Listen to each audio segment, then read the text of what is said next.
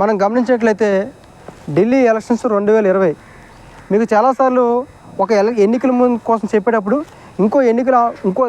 గతంలో జరిగిన ఎన్నికల మీద నేను మీకు విశ్లేషణ చేసే ప్రయత్నం చేస్తాను. ఎందుకంటే ఆ పార్టీకి ఉన్న ఓట్ షేరింగ్ ఎంత ఉంది, ఎన్ని సీట్లు వచ్చాయి అన్న దాని మీద ఒక అంచనా వేయడానికి అవకాశం ఉంటుంది. కాబట్టి 2020 ఎన్నికల్లో ఆమ్ ఆద్మీ పార్టీకి 62 సీట్లు రావడం జరిగింది. 2020 ఎన్నికల్లో ఆమ్ ఆద్మీ పార్టీకి 62 సీట్లు రావడం జరిగింది. బీజేపీకి 8 సీట్లు రావడం జరిగింది. కాంగ్రెస్కి సీట్లు ఒక సీట్ కూడా రావడం లేదు. అయితే ఒకసారి ఇప్పుడున్న ప్రధాన అంశం ఏంటంటే ప్రభుత్వ వ్యతిరేకత, అదేవిధంగా కరప్షను, అదేవిధంగా బీజేపీ ఢిల్లీలో బలం పెంచుకుంది కాబట్టి బీజేపీ ఇంకొంచెం స్ట్రెంత్ అయ్యే అవకాశం ఉంది, ఎక్కువ సీట్లు వస్తాయని చెప్తున్నారు.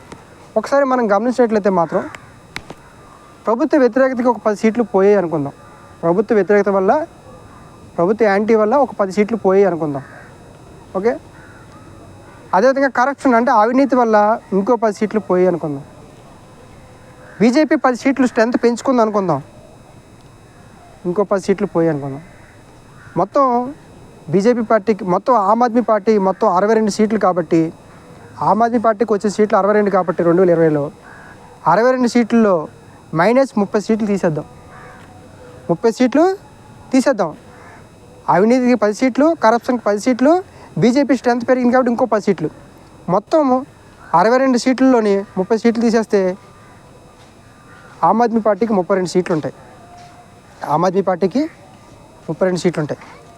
ఇప్పుడు ఏవైతే ఈ 30 సీట్లు ఉన్నాయో ఈ 30 సీట్లలోని బీజేపీకి 20 సీట్లు, కాంగ్రెస్కి 10 సీట్లు వెళ్ళాయి అనుకుందాం.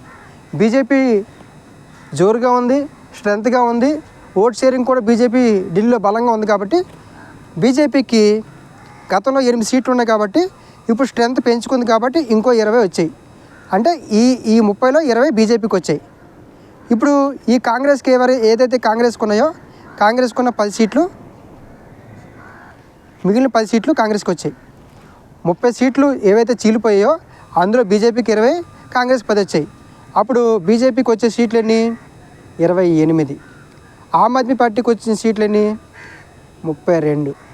అప్పుడు ఎంత అవుతుంది? 32, 28, 10, 6, 60 అవుతాయి. ఈ 60 ప్లస్ ఈ 10 70. ఢిల్లీలో సీట్లు ఎన్ని? 70. సో బీజేపీకి వచ్చిన యాంటీ ఏవైతే 30 సీట్లు ఉన్నాయో 30 సీట్లు ఈ రకంగా 20 కాంగ్రెస్కి, 20 బీజేపీకి, 10 కాంగ్రెస్ షిఫ్ట్ అయిపోతాయి. అప్పుడు బీజేపీకి వచ్చిన, ఆమ్ ఆద్మీ పార్టీకి వచ్చిన ఓట్లు 32, ఆమ్ ఆద్మీ పార్టీకి వచ్చిన సీట్లు 32 ప్లస్ కాంగ్రెస్ పార్టీకి వచ్చిన సీట్లు 10. 32 ప్లస్ 10 ఈజ్ ఈక్వల్ టు 42. ఢిల్లీలో మ్యాజిక్ ఫిగరు 36. అంటే మళ్ళీ ఢిల్లీలో ఆమ్ ఆద్మీ పార్టీ 42, కాంగ్రెస్ ఈ 2 కూటమిలతోటి గెలిచే అవకాశాలు ఉన్నాయి. అంటే 30 సీట్లు పోతాయని నేను అనడం లేదు. ఒకవేళ బై ఛాన్స్ పోతే నిజంగా ప్రభుత్వ వ్యతిరేకత లేదా ఈ బీజేపీ స్ట్రెంత్ పెంచుకుంది కాబట్టి నిజంగా ఇవన్నీ కూడా 30 సీట్లు పోతాయని నేను అనట్లేదు. ఒకవేళ పోతే ఏంటి, ఎడ్జ్కి వెళ్తే ఏంటి, నిజంగా అరవింద్ కేజ్రీవాల్ గారు ఓడిపోతారా అంటే ఓడిపోయే అవకాశాలు కూడా లేవు. ఏ రకంగా 30 సీట్లు కోల్పోయినా సరే 30 సీట్ల కన్నా ఎక్కువ కోల్పోతాయని నేను అనుకోవట్లేదు. అరవింద్ కేజ్రీవాల్ గారికి 62 సీట్లు కానీ 32 సీట్ల కన్నా ఇంకా తగ్గుతాయని నేనైతే అనుకోవట్లేదు. కాబట్టి ఖచ్చితంగా ఈ కాంగ్రెస్ పార్టీ అదేవిధంగా ఆమ్ ఆద్మీ పార్టీ ఈ 32 ప్లస్ 10 42 సీట్లతోటి ఖచ్చితంగా మళ్ళీ ముఖ్యమంత్రి అయ్యే అవకాశం ఉంటుంది. మ్యాజిక్ ఫిగర్ అంతా 36, ఢిల్లీ మ్యాజిక్ ఫిగర్ 36, మనకు వచ్చిన సీట్లు 42. కాబట్టి ఖచ్చితంగా ఈసారి ఢిల్లీ ఎన్నికల్లో మాత్రం ఖచ్చితంగా అరవింద్ కేజ్రీవాల్ గారు మళ్ళీ అధికారులను దక్కించుకునే అవకాశాలు కూడా ఉన్నాయి. 30 సీట్ల కన్నా తగ్గిపోతారు, 32 సీట్ల కన్నా అరవింద్ కేజ్రీవాల్ తక్కువ వస్తారని నేను అనలేదు. అందుకే వీళ్ళు కాంగ్రెస్ పార్టీ, ఆమ్ ఆద్మీ పార్టీ ఎందుకు విడివిడిగా పోటీ చేస్తున్నారంటే ఈ ఎన్నికల తర్వాత, ఎలక్షన్ వచ్చిన రిజల్ట్ తర్వాత వీళ్ళిద్దరూ కలుస్తారు. ఎన్నికల ముందు కలిస్తేనేమో ఓడిపోతారు, ఎన్నికల తర్వాత కలిస్తేనేమో గెలుస్తారు. ఆమ్ ఆద్మీ పార్టీ, కాంగ్రెస్ పార్టీ ఎన్నికల ముందు కలిసారనుకో ఓడిపోతారు, ఎన్నికల తర్వాత కలిసారనుకో గెలుస్తారు. అదే స్ట్రాటజీ. రాజకీయ వ్యూహం ఎలా ఉంటుందంటే ఎప్పుడు కలవాలి ఎప్పుడు విడిపోవాలి అనే దాని మీద ఉంటుంది. ఎన్నికల ముందు కలిస్తే ఆమ్ ఆద్మీ పార్టీ కాంగ్రెస్ పార్టీ ఓడిపోద్ది, ఎన్నికల తర్వాత గెలిస్తే రెండు పార్టీలు గెలిచినట్టు అవుతుంది.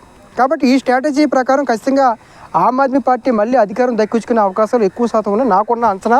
నాకున్న విశ్లేషణ ప్రకారం తెలియజేస్తున్నాను. కాబట్టి 32 సీట్ల కన్నా ఆమ్ ఆద్మీ పార్టీ తక్కువ వచ్చే అవకాశం లేదు. కాంగ్రెస్ కూడా 8 నుంచి 13, 15 కూడా రావచ్చు, ఇంకా కాంగ్రెస్కి ఎక్కువ రావచ్చు, నేను చెప్పలేను.